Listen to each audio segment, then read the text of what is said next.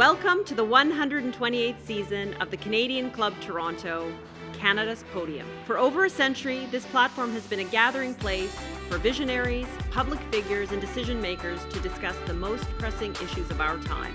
We've been having important discussions and debates around this podium in this country for well over a century. I call this a historic podium of record.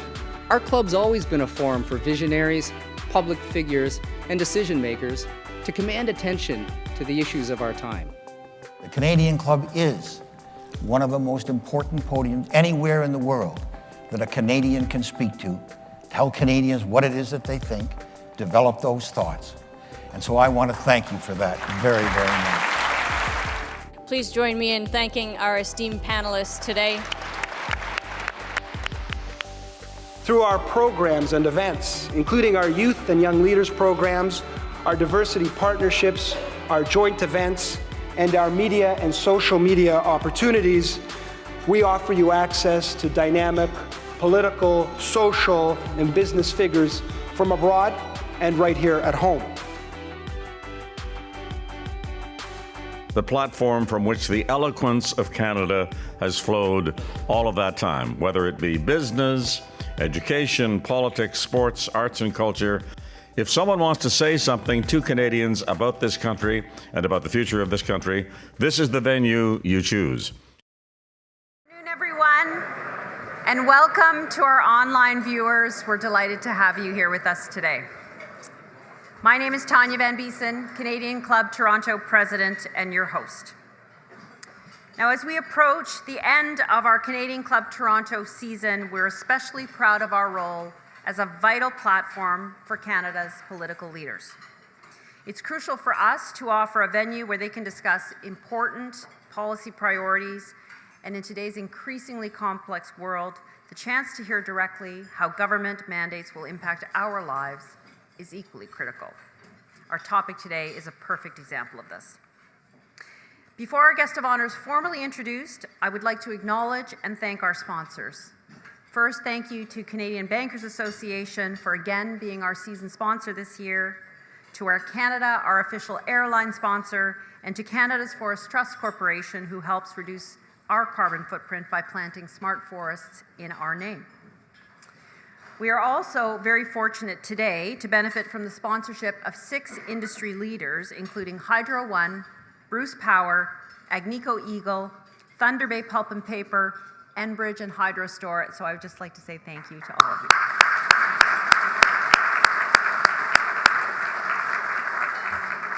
And I am very pleased to welcome a table of students from the Political Science Department at U of T, thanks to the generosity of Belle and Simon Dwyer. Thank you, students, for being here.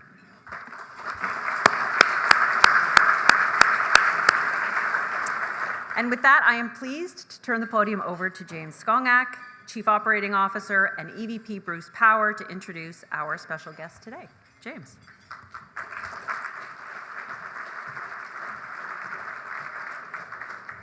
Great. Well, thank you very much for having me. And I want to share a few thoughts with this introduction. Everybody knows the minister, but there's a couple of people that I want to recognize before I introduce the minister. The first is, for everybody in the room that was calling the minister's office over the last 72 hours to get last-minute changes to this document, I hate to break it to you, but this went to print probably a week ago.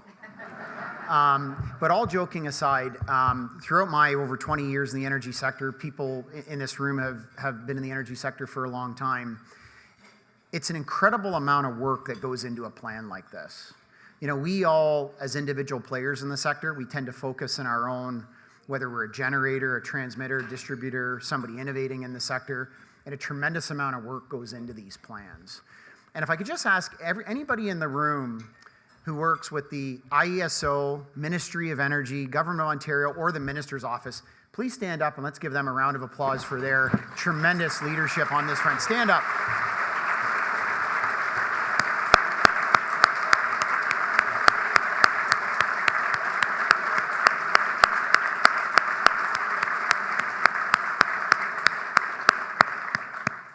So I'm very clearly happy with what's in the document, so I don't need to say anything about that.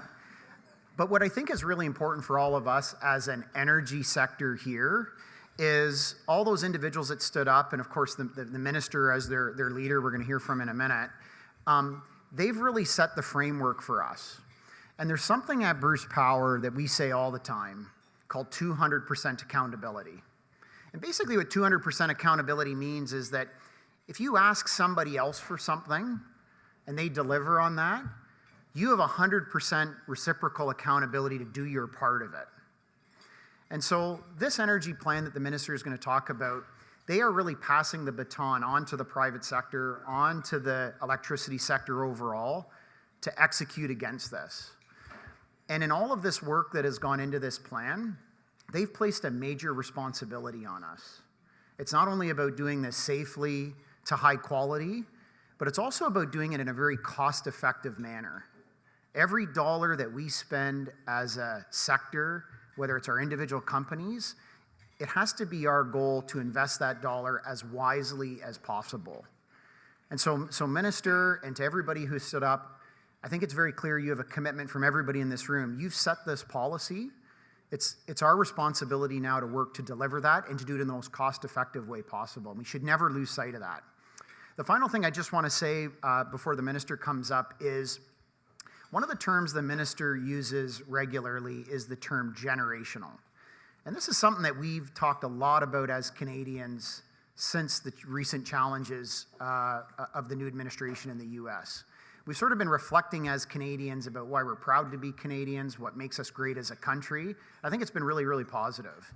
But one of my personal reflections is that I think of my life, growing up in Port Elgin, working at a great company, Bruce Power, facility built by Ontario Hydro in the 1970s and 80s, and the quality of life that I have and my community has to be able to do the things we're doing now. We have that quality of life because of the decisions and infrastructure that was built in the 1970s and 80s. And the sad reality is, as a province, as a country, we've been harvesting a lot of our infrastructure for the last 20 to 30 years. And I think what this plan is all about is saying, we need to stop harvesting and start building. And so the decisions that we implement now, it's not about us today, it's about that generation in the future. This is generational infrastructure that will make Canada and Ontario a leader. And so, this is not just a typical release of an energy plan. This is a transformational document.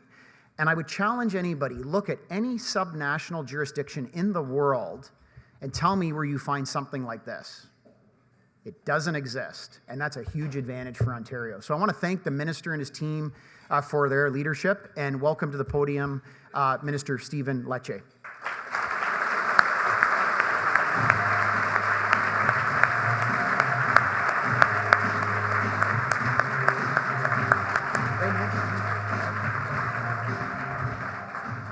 Okay, well, good afternoon. Thank you all. I really appreciate you joining us. This is different introduction music than the last time I was here, for those that remember, but it's really an honor. And let me just begin by recognizing a few very important people with us today. First off, my wonderful friend and partner in the Ministry of Energy and Mines, the Associate Minister, Sam Oosterhoff. I want to thank you for your leadership. He's done a ton of work to get us here. I want to also thank Lisa Thompson, who's been a strong supporter of Bruce Power and Ontario's nuclear fleet. So thank you, Lisa, for all that you do for families in rural Ontario. The parliamentary assistants in the ministry, these three gentlemen have been really just enduring strengths. I speak about David Smith, Chris Scott, and Rudy Cazzetto. Of course, Chris, newly elected from Sault Ste. Marie, Rudy from Mississauga, David from Scarborough. This is the dream team, and I want to thank you for your leadership in Parliament and for the people of Ontario. I also want to thank our leaders from the public service, the Deputy Minister who is with us today, Deputy Minister Susanna Luxon and Craig, and the Assistant Deputy Ministers, Karen Moore and Steen Hume and Kelly Brown, and so many others who played a critical role in getting us here today. Of course, I want to thank the Canadian Club, its chair, Tanya, for hosting us. We are very honored to be with you.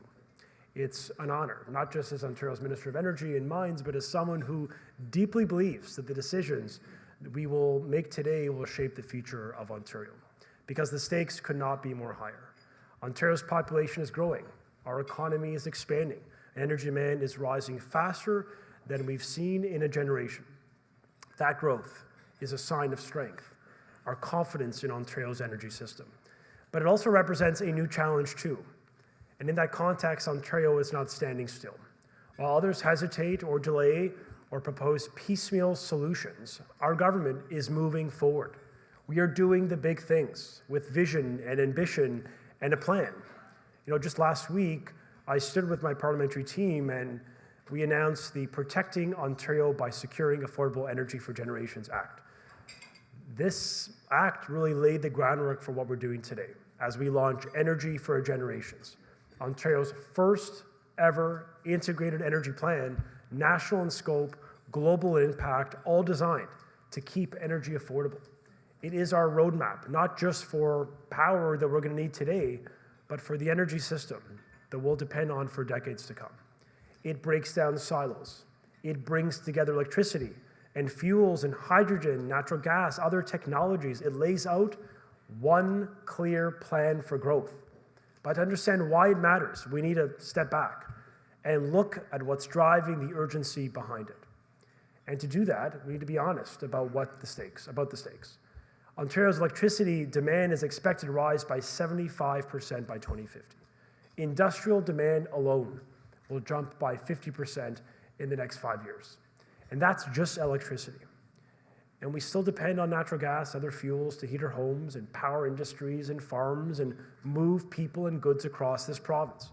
And at the same time, the world around us is changing.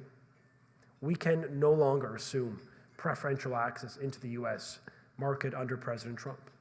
US protectionism is rising. Tariffs, trade restrictions, Buy America, these are no longer theoretical risks for Canada. They are the new reality as trade relationships and military alliances around the globe are upended. And that means Canada must be more self-reliant.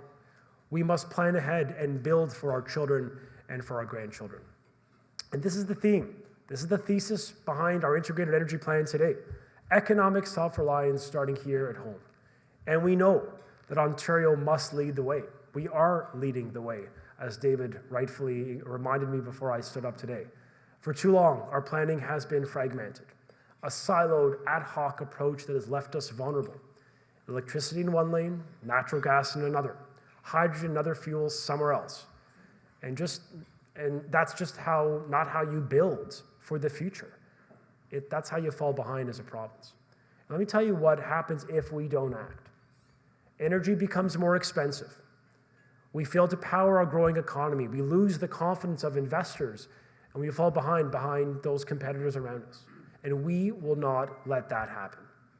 That's why we introduced Energy for Generations. This is our long-term plan. This is our roadmap to build through an integrated lens, a generational one, anchored in 4 clear priorities that ensures that energy is affordable, it is secure, it is reliable and clean. And that means keeping costs down for families and businesses, industry and farmers. It means securing our supply with the infrastructure and domestic capabilities that we need to stay self-reliant. It means building a system that works 24/7 in every season, in every part of this province. And it means delivering a cleaner, greener grid for future generations while continuing to attract investment and reducing emissions. This plan will help Ontario reach more than 99% emission-free electricity by 2050 without raising a tax. And this cements our position as a clean energy leader. And these principles are not just aspirations, they are the foundations of Ontario's energy plan today, of our energy advantage.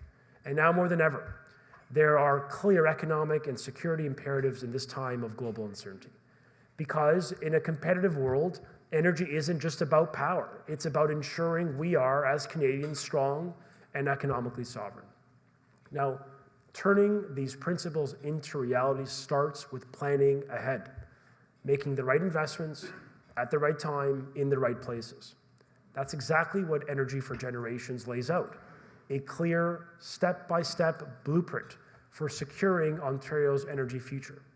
And I'm proud that here at home in Ontario, we're leading the largest nuclear expansion in a generation, including new large-scale builds, the largest on the continent, and the G7's first small modular reactor.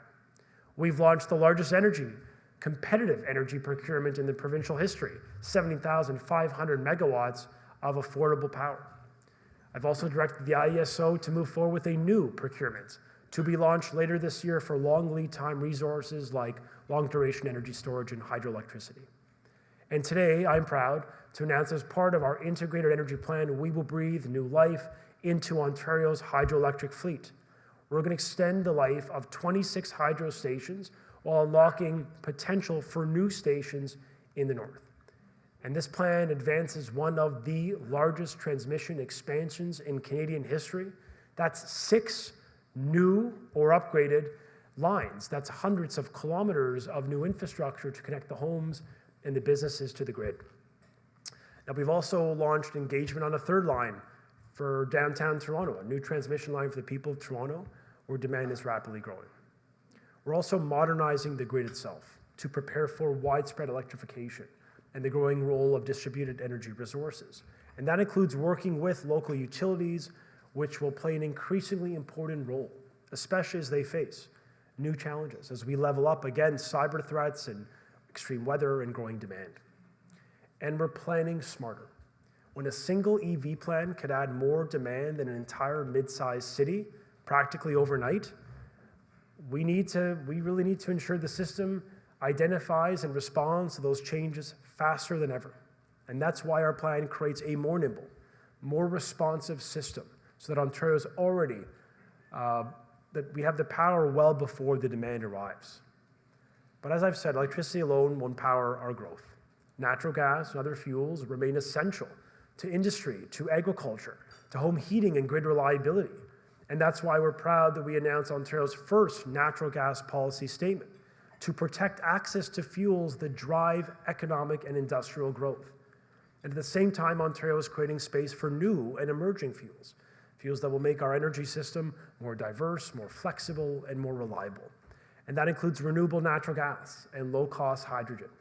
And under the leadership of Sam Ustrov, I got to give him a shout out, who just doubled the funding for this. We are backing that up with investment. It was just days ago that he stood with David Smith, the parliamentary assistant, to announce the Hydrogen Innovation Fund would be doubled and announce a new interoperable rate pilot for hydrogen producers. The message is simple. While others want to restrict choice or delay investment or phase out proven tech, we are embracing innovation and expanding Ontario's energy toolkit with one mission: keep energy affordable. There will be no more separate systems, because Energy for Generations integrates electricity and fuels and other technologies under one coordinated long-term plan. And just as importantly, it integrates people and partnerships, because we know that to do the big things, we must do them in partnership with local communities and Indigenous communities as partners in Ontario's energy future. And as the Ministry of Energy and Mines, we in our space have been leading by example. I'll give you one. The overwhelming majority of Ontario's energy storage projects have been built with Indigenous equity partnership. New transmission lines include an opportunity for Indigenous equity ownership, including, and these aren't just one-offs. I mean, Hydro One, this is the new way of business, 50-50 partnerships, every line approved and built. And so Energy for Generations really goes further. It increases support so Indigenous communities can build capacity, establish equity, and develop reliable, affordable energy solutions for their own communities, because we want to displace diesel fuel in this province with clean power. And because we know a secure energy future must be a shared one. And that power, that really will power our province's growth. And that's why this plan doesn't just focus on how much energy we generate, but also focus on how we use it. We're giving the province new tools to better manage large energy, be it data centers as a case study, so that we can prioritize projects that create jobs, that build a stronger digital economy, and that ultimately store Canadian data in Canada. And just as importantly, we're making sure energy is available to support government's broader priorities. We need to build more homes, got to attract more investment, we got to support our agricultural expansion, and of course other key sectors of Ontario and Canada's economy. But when we get that right, that balance right, we do more than just meet those local needs. We build the credibility and the capacity and the confidence to lead the country, to take on President Trump and the world. And we will reject this false choice between economic growth and environmental responsibility. This plan proves you can do both. You can lead a clean energy future by respecting choices of consumers. That's exactly what Energy for Generation does. It lays in motion that plan for our province and country to emerge as a clean energy superpower. And it's about getting on with nation building. And that requires prioritization of our critical mineral developments, infrastructure that's Canadian resources to international markets, to tidewater, and the creation of new energy corridors, east-west infrastructure that is the focus of this plan that connects our provinces, unlocks our potential as a federation, and finally gets on with building one strong Canadian economy.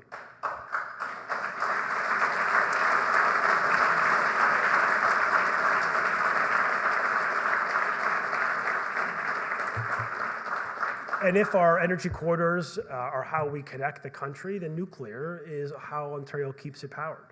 Because when it comes to clean and scalable and reliable energy, nowhere is Ontario's advantage more clear than in nuclear. Nuclear is our homegrown advantage. This is our turf. It's clean, it's reliable, it's safe. It's been the backbone of our grid for over half a century. It's also the launch pad for global leadership for Canada, because Ontario's nuclear supply chain is world-class. Our fuels, our components, our engineering, our skilled workers, our isotopes, we're tier one of global suppliers of critical energy technology. And under our plan and under our Premier's leadership, we've seen OPG and supply chains, they've signed international agreements to support reactor developments abroad. Be it in Poland, where Rudy and I were just a few months ago, or Estonia and Romania, and many other parts of the European market and other markets that are looking to Ontario. We're also saving lives with isotopes that fight cancer and sterilize medical tools worldwide, with Bruce Power, with OPG, with many suppliers designed to help protect the people that we care most about. And I would say the world is watching, and they're turning to us. You heard it from James. We are leading the way, not just in our country, but in the West. And this is Ontario's nuclear advantage. We are seizing it for our economy and for our workers and for the world. And we lead the world in nuclear innovation, as I made the point, but we're doing something deeper, something lasting. With Energy for Generations, we're building a system that doesn't just meet today's needs, but one that stands the test of time, predictable, long-term, certainty for the market, one that gives Ontario the certainty and confidence to weather global challenge. A system that is strong, that's smart, that's secure, and it's long-term, built for our kids and our grandchildren, just like past generations built for us. But this plan isn't something we built alone. It's not something we can deliver alone. It reflects the inputs and the ideas of people across the province and many leaders in this room who've been working with our ministry and government for the last year. Industry leaders, Indigenous partners, local utilities, municipal voices, federal governments, all of us have been working with one mission: to unlock our potential as Canadians. And so to each of you, I say thank you for helping us build this plan. If you are one of the many partners who will help implement it, I'm grateful for your leadership and dedication to moving with speed to meet this moment. Because Energy for Generations is our plan, our economic plan. It's also our commitment that Ontario will lead and build and power the future of Canada. And with this plan and your partnership today, that's exactly what we intend to do. You know, I reflect often as a student of history on former leaders that have made a difference. Canada's 18th Prime Minister, the Right Honourable Brian Mulroney, said, "Leaders must govern not for easy headlines in 30 days, but for a better Canada in 30 years." That plan that we announced today, the spirit of Prime Minister Mulroney is alive and well as we really think about future generations to build a strong, united, unstoppable Canada. And with that, I thank you all, and we'll get to the questions. Thanks so much.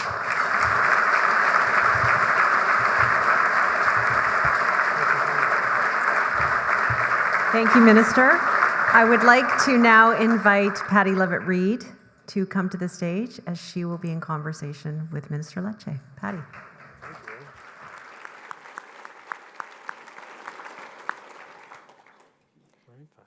Thank you. Thank you, Minister. Thank you. Well, you ruined my introduction. I'm sorry. Yeah, right off the bat, it was never let a good crisis go to waste. Yes. But it's more than that, because I'm writing notes as I'm thinking about what we're going to talk about. Ontario is ready before the demand arrives. What a radical concept. Yes. Can you expand on that, though? I think the problem we try to solve with the Integrated Energy Plan is that for too long, governments and, all governments were thinking through a short-term lens, literally often with political four-year imperatives, sometimes 10 years, but that's not enough to do big things. And so we took a different approach. We thought if we want to secure power, we want to keep rates affordable, we want to keep the grid clean and cleaner than the one we inherited, then we have to plan long-term. We have to think long-term, and we frankly have to force the synergization of all the energy ecosystem to come together with one mission. And that's really the basis of this plan. It's about reimagining energy in a manner that puts Canada's national interests first. And one element that I'm proud of, as just someone reflecting, looking, I know I'm on the inside, but it's hard to sometimes be objective, but I see the Premier in a moment of crisis, in a challenge of the country. It is a moment of pride that he's working with other levels of government, often almost always not sharing the same party, but sharing the same mission, which is to protect Canada.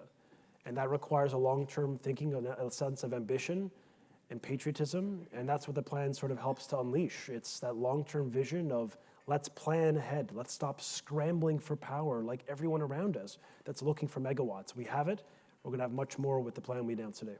Well, it was funny because I was making notes as you were speaking. You used the word ambition. Yes. Is it ambitious or ambition?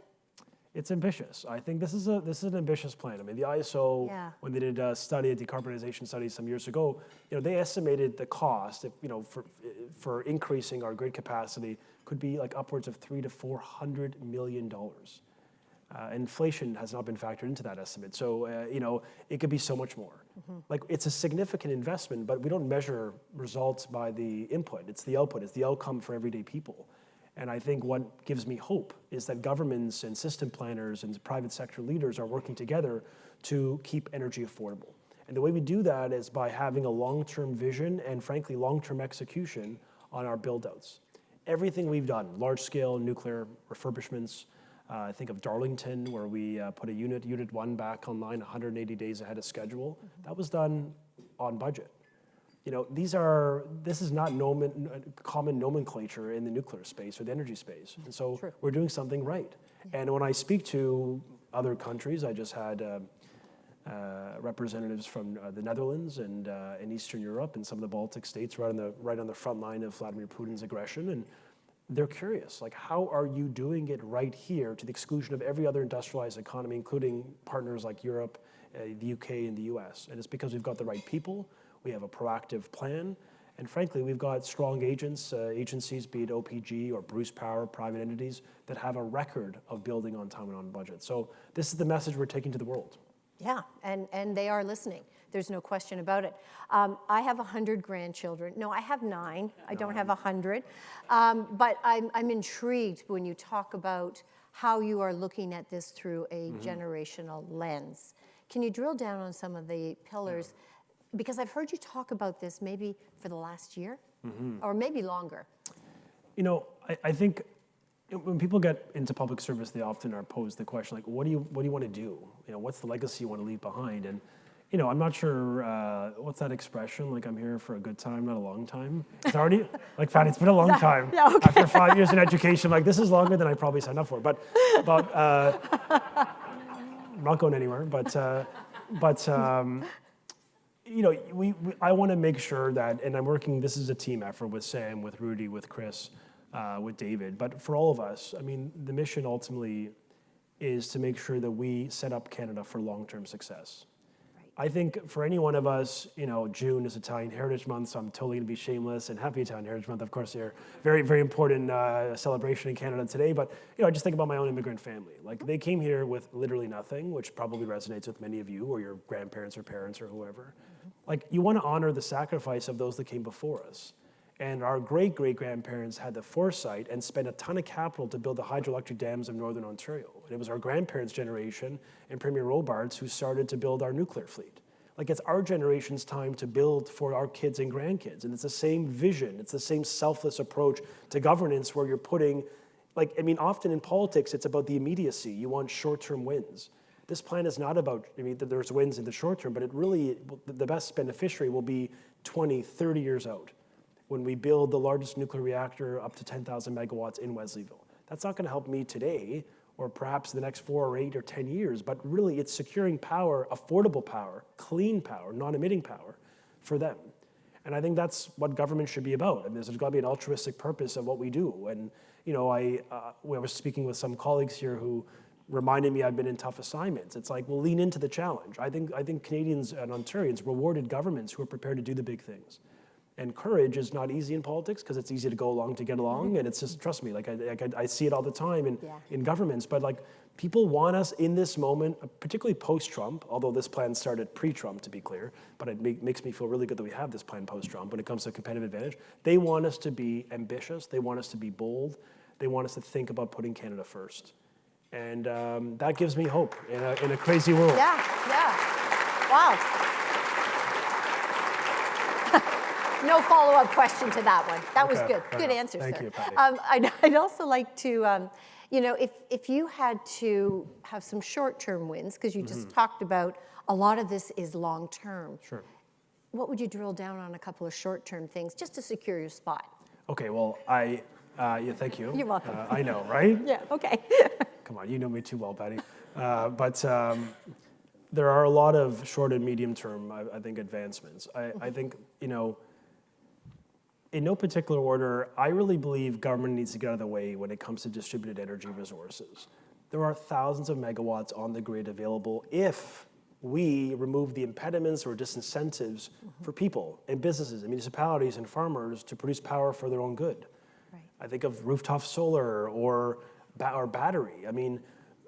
There are many challenges to generating power for their own good, and there's almost prohibitions that make it very difficult for our industrial partners. So we're thinking in a new world where we don't want to spend more, but we want to create incentives for businesses in a world where capital is going to flow to the path of least resistance. I think it's pretty amazing that we are wildly liberalizing distributed energy to allow people and businesses and municipalities and farms to get back in the game of producing power for their own good. It's a win-win. They save money on their bills, which is a great achievement in this economy, and we save megawatts on the grid. We both win. And that's another sort of, I would submit, this isn't earth-shattering innovation. It's just common sense that we haven't done for some reason, and we're doing it now. I think a second item that comes to mind in the more immediate term is the commencement of refurbishments of our entire hydroelectric fleet.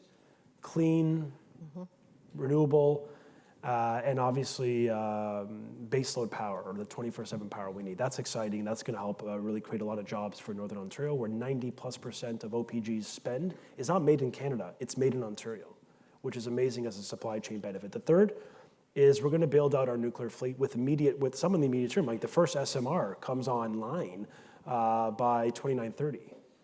Right, the first small modular reactor will be connected to the grid. Your eyes light up when you talk about yes, this. there's literally, no. Yeah, but it's exciting. I'm visualizing the Premier, connecting the SMR to the grid. It's not as, I think he lives for this. He loved that. But right. That's an exciting moment for Canada. Think about the G7 of all the industrialized economies of the world. Here we are as Canadians, as Ontarians, leading the first. It's being built here. It'll be the first commercial grid scale to be unlocked, well ahead of the UK, well ahead of the French, well ahead of anyone and anyone else. And the final immediate win is how we're really. That's 4. I know, but okay. You know what, Patty? All right. No, I am not cutting you off. Well, I did cut you off, but you go ahead. You can, but okay. I think the other thing is we're changing how when it comes to working with local utilities, right. Both in the context of local innovations on demand, really to reduce some of the pressures we're facing, working with them to get in the game of energy generation, but also working with them to level up on service standards. Because look, we have disparate experiences where one community will get connected on this side of the road in 24 hours and the other one will take 4 days. And I'm sort of a believer of who's the macro, who's that high level lens that's ensuring that there's some service standard that is comparable and acceptable and defensible. When we had that really horrible ice storm, and a great shout out to Hydro One and all the utilities have stepped up, which is pretty much every utility in Ontario. They worked around the clock. I was on the phone more with David and Lisa and others than they signed up for, so I'm so sorry in advance for dealing with myself. But look, these things happen, and when I hear of stories where people were off the grid for 7 days, 5 days, and there may have been alternatives where they got restored quicker, it begs the question: could we as Canadians level up? Could we as Ontarians level up? And I want us to be that challenge function, working with our LDC sector to make sure that we have the best service standards for the people we represent.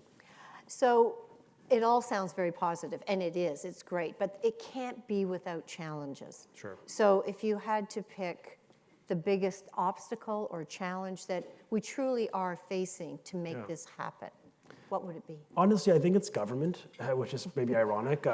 Not the answer I was expecting. I know you weren't okay. expecting that, but it's Okay, like fair. me. But I think Reagan said that, right? I mean, government is not the solution; it's the problem. But it's not the case always. But I would submit, we have layers of government that have duplicative nature. So part of our plan is to lead the national discussion and a national strategy on an east-west energy corridor. That means a transmission corridor, so Ontario's clean power could displace other provinces' energy that still is much dirtier. It means a pipeline from west to east to unify our nation and create maximum leverage for our commodities and our resources. We're a top 10, we have one of the largest bounty of natural gas and petroleum on earth. And I'd rather Canadian resources, ethically sourced resources, prevail over the most authoritarian human rights abusing regimes on earth. And so this creates a tremendous opportunity. But my concern constantly is the duplicative nature of government. This is not a comment on the current Prime Minister or the government, but we have projects, large-scale nuclear projects, large-scale roads that enable mining development. For example, the Ring of Fire, and then the feds years ago, but not that long ago, announced a duplicative environmental assessment, the exact same EA that frustrated the project proponents and set back the project.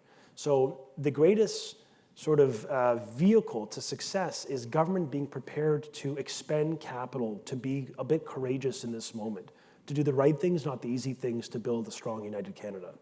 That means building a pipeline, it means building an east-west transmission corridor, it means getting on with building net new generation in transmission.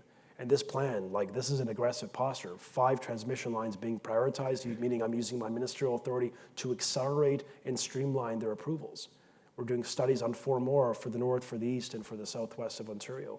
Wow. So it's a ton of work, but it requires government to be nimble, and it requires partnerships too. And I think that's something government could do more of when we work with the private sector, work with you all, work with local communities, work with Indigenous communities to make sure we get this right.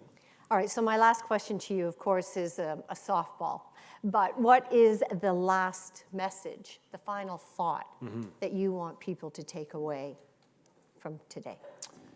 That this is the most ambitious long-term energy roadmap, our North Star that Canada has seen. And it's necessary that we have a plan with predictability built in, certainty, we impose deadlines, and we give you a sense of our trajectory of how we secure power and keep our economy competitive. I mean, this plan started pre-Trump. But it becomes even more meaningful post-Trump when we're trying to give our farmers and our businesses and our families that competitive advantage to stay here, to grow here, to scale in this province, to innovate, to invest here in Ontario. So if there's one takeaway, is that we want to do big, ambitious things. But we need you all to stand with us as we do those big, ambitious things.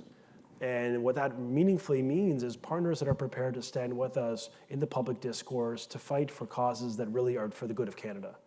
And now's the time to be bold. Now's the time to expend capital. Now's the time to put national interest above any other singular interest or self-interest.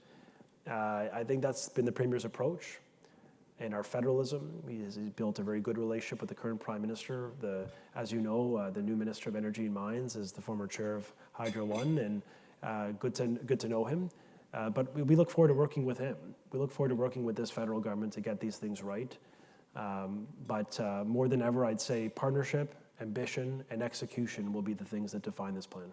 So I was right in launching with, you do say ambition a lot. A lot. Way Thank to you, go, Patty. sir. Thank you. Appreciate it always. Thank you. Thank you. So do I done. leave? I think okay. Okay. Thank you. David, thank you. Good afternoon. I'm David Liebiter, CEO of Hydro One, and unfortunately, I'm standing between you and the door and the rest of your day. I want to thank the Minister for taking time to join us today and sharing his vision for the future. I want to thank Patty for a fantastic interview. Well done. Hats off. And this Energy for Generations is really an amazing document. When I think about it, it's not often you see governments today be ambitious. And as the Minister spoke about in his remarks, you have to go back to the 60s and 70s when our grandparents, and maybe in some cases like me, our parents, were building that infrastructure that we have benefited from today. And this is an ambitious document. And as I go through it, and I'm sure you'll see the same when you go through it, you'll find it talks about growth. At Hydro One, we see that growth every day as we travel around the province and the communities that are thriving, the new businesses that are coming into this provinces that are attracted here because of our clean energy, our talented workforce, our favorable regulatory regimes, and the ethic that drives Ontario. I also see, when you look at it in this document, you're going to find innovation. And that's something this province has been known for a long time. You might not realize that some of the first 500,000-volt transmission lines in the world were built in this province. Look at our nuclear fleet. It is the envy of not just Canada, but the world, and it's building. So we see growth, we see innovation. This document talks about partnerships. It recognizes that nobody succeeds on their own. You have to have a vision and a plan, but you need partnerships. At Hydro One, we're proud of the partnerships we form with Indigenous nations, municipalities, communities, and others that are impacted and will benefit from our investments. And it talks about solutions, because you can't have a plan without solutions. You can lay out a problem, but really what governments need to do, what industry needs to do is find solutions. And this plan provides a blueprint for us to go out as industry and government and build the solutions. At Hydro One, we talk about building a better, brighter future for all. And I think this document, this plan, lays out a path that allows us collectively in this room to build a better, a brighter future for all Ontarians and to lead the way for other Canadian provinces. I pay attention to what's happening in the other provinces on the energy scene, and I can tell you, despite what announcements we might read in the paper, this province is truly leading the way and charting a path for Canada. And I'm going to quote something that James Skonyak said at the beginning: the baton is being passed, and I really feel that that baton has been put in everyone's hands in this room today to now go forward and deliver on the plan and make this a reality. It's a long-term plan, it's a visionary plan. It will set this province up, and it will set our grandchildren and our great-grandchildren up for a prosperous future. With that, I want to thank the Minister for his remarks today and thank everybody for joining us.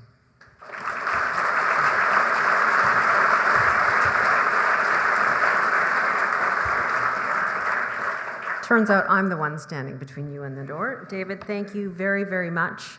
Thank you, Patty. Thank you, Minister. Thank you for reminding us that governments can be ambitious and can take a long-term view. Thank you. I would also like to thank Hydro One, Bruce Power, Agnico Eagle, Thunder Bay Pulp and Paper, and Enbridge, and of course Hydro Store for your support of today's event. Thank you all for being here today. We are just about to close our season for the year. We have one last event next week in celebration of Pride, so we hope that you will join us. As always, I would like to thank VVC Live for supporting us at this event and through the year.